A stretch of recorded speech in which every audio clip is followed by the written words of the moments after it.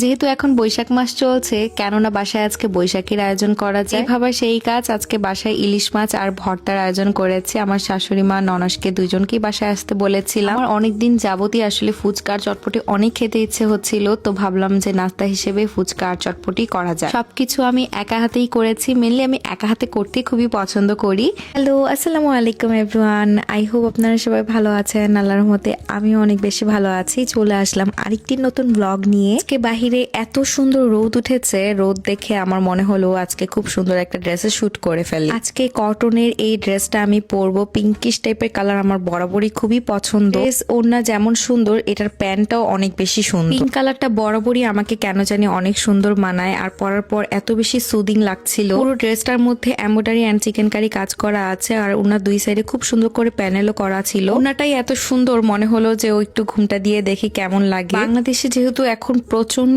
গরম পড়েছে, আমার মনে হয় এই টাইপের কটন ড্রেস গুলো এখন সব থেকে বেশি বেস্ট। সামনে তো ঈদও আসছে, আপনার ঈদের জন্য নিয়ে নিতে পারেন, যেহেতু কুরবানি ঈদে অনেক বেশি গরম থাকবে। আমি একটা হোয়াইট কালার হিল দিয়ে পেয়ার আপ করেছিলাম, ড্রেসটা আমার কাছে এত বেশি ভালো লাগছিল। এই সুন্দর ড্রেসটা কিন্তু আপনারা RTH ইফুরিয়াতে পেয়ে যাবেন। আমার ভিডিওর ক্যাপশনে কিন্তু আমি পেজটা মেনশন করে দিব। আমি প্রায় অনেকদিন যাবত তাদের সাথে কাজ করছি, তাদের ড্রেসগুলো অনেক বেশি সুন্দর আর পরেও এত বেশি আরাম, কারণ আমি যেহেতু কটন টাইপের ড্রেস পরতে সব থেকে বেশি পছন্দ করি। তাদের এই ড্রেসটা পছন্দ হয়েছে, আপনারা একদম চোখ বন্ধ করে এই ড্রেসটা নিয়ে নিতে পারেন। স্টক শেষ হওয়ার আগে এখনই মেসেজ করে ফেলুন। শুটটা শেষ করে আমি একটু মেকআপটা উঠিয়ে স্কিন কেয়ার করে নিয়েছি, কারণ বেশিক্ষণ মেকআপ ফেসে রাখলে আমার ফেসে ব্রন উঠে যায়। পরে সুপার শপে গিয়েছিলাম, সেখানে যে একটু কিছু ফ্রুট কিনছিলাম। আমরা সেদিন আমার হাজবেন্ডের ফ্রেন্ডদের বাসায় যাব রাতের ডিনারে। সুপারে যে সব থেকে আগে যে জিনিসটা আমার চোখে পড়ে সেটা হচ্ছে ফুল। আমার ফুল দেখলেই মনে হয় যে আমাকে এখনই একটা ফুল নিতেই হবে। সীমান্ত কিছুতেই আমাকে ফুল কিনে দিবে না, তাকে অনেক পটিয়ে পাটিয়ে সেদিন আমি এই 3টা ফুল কিনেছিলাম। ফুলটা কিনে যে আমি সেদিন কত বেশি খুশি ছিলাম, আর এদিক দিয়ে আমার জামাই দেখেন কত কষ্টে আছে। আমার হাজবেন্ডের ফ্রেন্ডদের বাসায় আমরা অনেক রাতের বেলা গিয়েছিলাম, এন্ড সেখানে সুমাইয়া আপু যেয়ে দেখি কত কিছু রান্না করেছে আমাদের জন্য। প্রত্যেকটা রান্না না খুব মজা হয়েছে, আমরা অনেক মজা করে খেয়েছি সেদিন। শুধু আমরা না, তার সব ফ্রেন্ডরা মিলে একসাথে আমরা যাই। রিসেন্টলি তারা হজ করে এসেছে, আর সেখান থেকে আমাদের জন্য জমজমের পানি, সবার জন্য আতর, জমজমের 5 কেজি গ্যালনের এই পানিটা আমাদেরকে তারা দিয়ে দিয়েছে, এন্ড এখান থেকে আমরা সবাই ভাগ করে নিয়েছিলাম। এটা ছিল এর পরের দিন। আজকে বাসায় ইলিশ আর ভর্তার আয়োজন করি। আমার শাশুড়ি মা আর ননাসকেও বাসায় আসতে বলেছিলাম, সবাই একসাথে মিলে আজকে রাতে ডিনারটা করব ভেবেছি। এখানে আমি হলুদ, মরিচ আর লবণ দিয়ে ভালো মতো ইলিশ মাছগুলোকে মেখে নিচ্ছিলাম। আজকে ইলিশ মাছটাকে ভাজবো, তো এখানে আমি একটু সরিষার তেল দিয়েও মেখে নিয়েছি, কারণ এভাবে মাখলে আমার কাছে মনে হয় যে একদম মাছের ভেতরে মশলাগুলো ঢুকে। মাছগুলোকে ভালো মতন মেখে আমি ফ্রিজে রেখে দিয়েছি, আর এখন ভাত বসাবো কুকারে। মানে আসার পর থেকে আমার এই কুকারে ভাতই খাওয়া হচ্ছে, আর এই কুকারে ভাত খেয়ে আমি এমন মোটা হয়ে যাই। ভাতটা বসিয়ে দিয়ে এখানে আমি ধনিয়া পাতা ছিঁড়তে এসেছি। আমার বাসার গেটের সামনেই টবের মধ্যে আমি ধনিয়া পাতার গাছ লাগিয়েছি। গাছ বলতে আমি ধনিয়ার বীজ কতগুলো মাটির মধ্যে ছিটিয়ে দিয়েছিলাম, এরপর অটোমেটিক ধনিয়া পাতা হয়ে যায়। এখানে যে ধনিয়া পাতার দাম,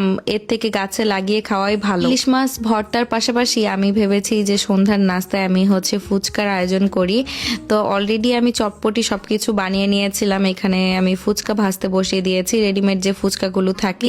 আমারই আসলে অনেকদিন ধরে ফুচকা খেতে ইচ্ছে করছিল, তো আজকে বাসায় নিজে নিজে বানিয়ে ফেলেছি। ফুচকা সবকিছু রেডি করে আমি টেবিলে সুন্দর করে সাজিয়ে নিয়েছিলাম, আর ডাবলি যে আছে সেটা আমি আগের দিনই রেডি করে রেখেছি, যেন পরের দিন আমার তেমন একটা কষ্ট করতে না হয়। ওটাকে আমি একটা মাটির হাঁড়িতে রেখেছি, আর দেখতেও এত বেশি সুন্দর লাগছিল। আমার কাছে এই ফুচকার ঝুড়িটা বাসায় আগে থেকেই ছিল। ওখানের ফুচকার সাথে তো আর বাসার ফুচকার টেস্ট একদমই মিলবে না, বাট সেদিন বাসার ফুচকা চটপটি খুবই মজা হয়েছে। এই তো আমার ননাস বাবুগুলো সবাই চলে এসেছে। সাফি দৌড় দিয়ে এসে মামাকে একদম জড়িয়ে ধরলো। ননাসকে বলেছিলাম যে আজকে আমার বাসায় সুন্দর করে তোমরা সেজে গুজে আসো। বলতে পারেন বাসায় একটা ছোটখাটো পয়লা বৈশাখের আয়োজন করেছি। মাশাআল্লাহ, আপুকে অনেক বেশি সুন্দর লাগছিল। আর এদিক দিয়ে দেখি যে সাফি তো মামার বুকের থেকে সরছেই না, একদম মামাকে জড়িয়েই ধরেছে। আমার অনেক বেশি রান্না করতে ইচ্ছে করে, আমি সেদিন এত কিছু বানিয়ে ফেলি। আমি আসলে নিজেই মাঝে মাঝে ভাবি যে আমি এত কিছু কিভাবে করলাম। সবাই খেয়ে বলছিল ফুচকা চটপটি সবকিছু অনেক বেশি মজা হয়েছে। বিশেষ করে আমার কাছে চটপটিটা এত ভালো লেগেছিল, আমি চটপটিটাই খেয়েছি। সুন্দর করে বাটিতে একটু সাজিয়ে নিয়েছিলাম। ননাসের বাচ্চাগুলো একদমই ঝাল খেতে পারে না, তাই ওরা ফুচকা চটপটি কোনো কিছু খায়নি, তো ওদের ক্ষুধা লেগে গিয়েছিল। এদিক দিয়ে ওদের দুইজনের জন্য আমি এখানে ইলিশ মাছ ভেজে নিচ্ছিলাম 2টা। সবাই ফুচকা চটপটি খেয়ে একটু রেস্ট নিচ্ছে, আর এদিক দিয়ে আমি ভর্তা বানাতে চলে এসেছি। আমি বালাচাও ভর্তাটা একদম অন্য স্টাইলে বানাবো, এটা আমি সঙ্গাপুর কাছ থেকে শিখেছি। রসুন আর পেঁয়াজটা একটু হালকা তেলে ভেজে নিয়েছিলাম, সাথে মরিচ কতগুলো ভেজে নিয়েছি। আমার এখানকার পাটা পুতাটা যেহেতু অনেক বেশি ছোট, তো আমাকে একটু একটু করে সবকিছু বেটে নিতে হচ্ছিল। ফার্স্টে আমি রসুন আর পেঁয়াজ বেটে নিয়েছি, এরপর আমি মরিচগুলো বেটে নিচ্ছিলাম। অর্ধেক বালাচাওর সাথে মিক্স করব আর অর্ধেক মরিচ ভর্তা হিসেবেও খাওয়া যাবে। এই মাছের বালাচাওটা খুবই মজা, আমি বাংলাদেশ থেকে আসার সময় নিয়ে এসেছিলাম অনেকগুলো, তো আজকে ভাবলাম যে একটু চিংড়ি মাছের বালাচাও ভর্তাটাই করে ফেলি। নরমালি এটা পেঁয়াজ মরিচের সাথে মাখিয়ে গরম ভাতের সাথে খেতেও খুবই মজা লাগে। এভাবে আর কি সঙ্গাপুর বাসায় আমি খেয়েছিলাম, তো আমার কাছে বেশ ভালো লেগেছিল, তো আমি নিজেও বানিয়ে ফেললাম। পাটার মধ্যে আসলে মিক্স করতে অনেক বেশি কষ্ট হচ্ছিল, যেহেতু পাটাটা অনেক বেশি ছোট, তো আমি এখানে একটা ভুলের মধ্যে খুব ভালো মতন হাত দিয়ে মিক্স করে নিচ্ছিলাম। কি জানতে চাবেন যে বালাচাওটা আমি কোথা থেকে নিয়েছি, আমার ভিডিওর ক্যাপশনে আমি বালাচাওর পেজটা মেনশন করে রাখবো, আপনারা সেখান থেকে দেখে নিতে পারেন। এইভাবেই আমার বালাচাও ভর্তাটা আমি বানিয়ে ফেলি। আর এরপর আমি এখানে আলু ম্যাশ করে নিচ্ছি।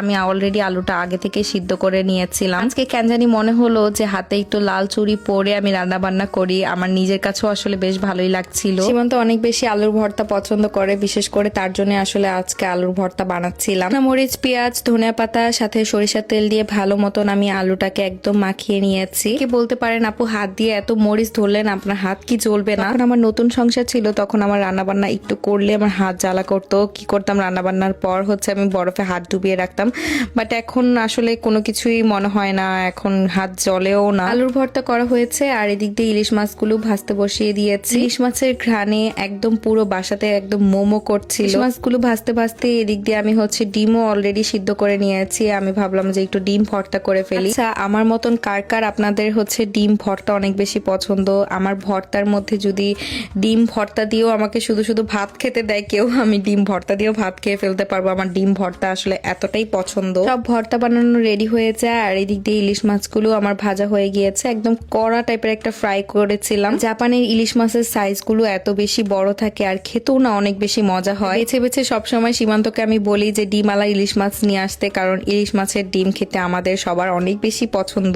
কিছু সুন্দর মতন টেবিলে রেডি করে ফেলেছি আর সেদিন সবাই বালাচাও ভর্তাটা অনেক বেশি পছন্দ করেছে, বিশেষ করে সীমান্ত খুব পছন্দ করেছে। এই পেজ থেকে আমি বালাচাওটা নিয়েছি, তারা একদম অথেন্টিক বালাচাও সেল করে, আপনারা চাইলেও টেস্ট করে দেখতে পারেন, তাদের বালাচাওটা আসলে অনেক বেশি মজা। সবাই মিলে একসাথে আমরা খেতে বসেছিলাম। ফার্স্টে আপু প্লেটে খাবার নিয়েছিল, তারপর আপু হচ্ছে পান্তা ভাত খেতে চাচ্ছিল, মানে গরম ভাতের মধ্যে পানি ঢেলে ভাত খাবে। আর আমার শাশুড়ি মার মরিচ ভর্তাটা এতই পছন্দ হয়েছে, বাটি একদম মুছে মুছে সে হচ্ছে মরিচ ভর্তা খাচ্ছিল। আমারও কেন জানি পান্তা ভাত খেতে ইচ্ছে হচ্ছিল, তো আমি গরম ভাতের মধ্যেই পানি ঢেলে দিয়েছি।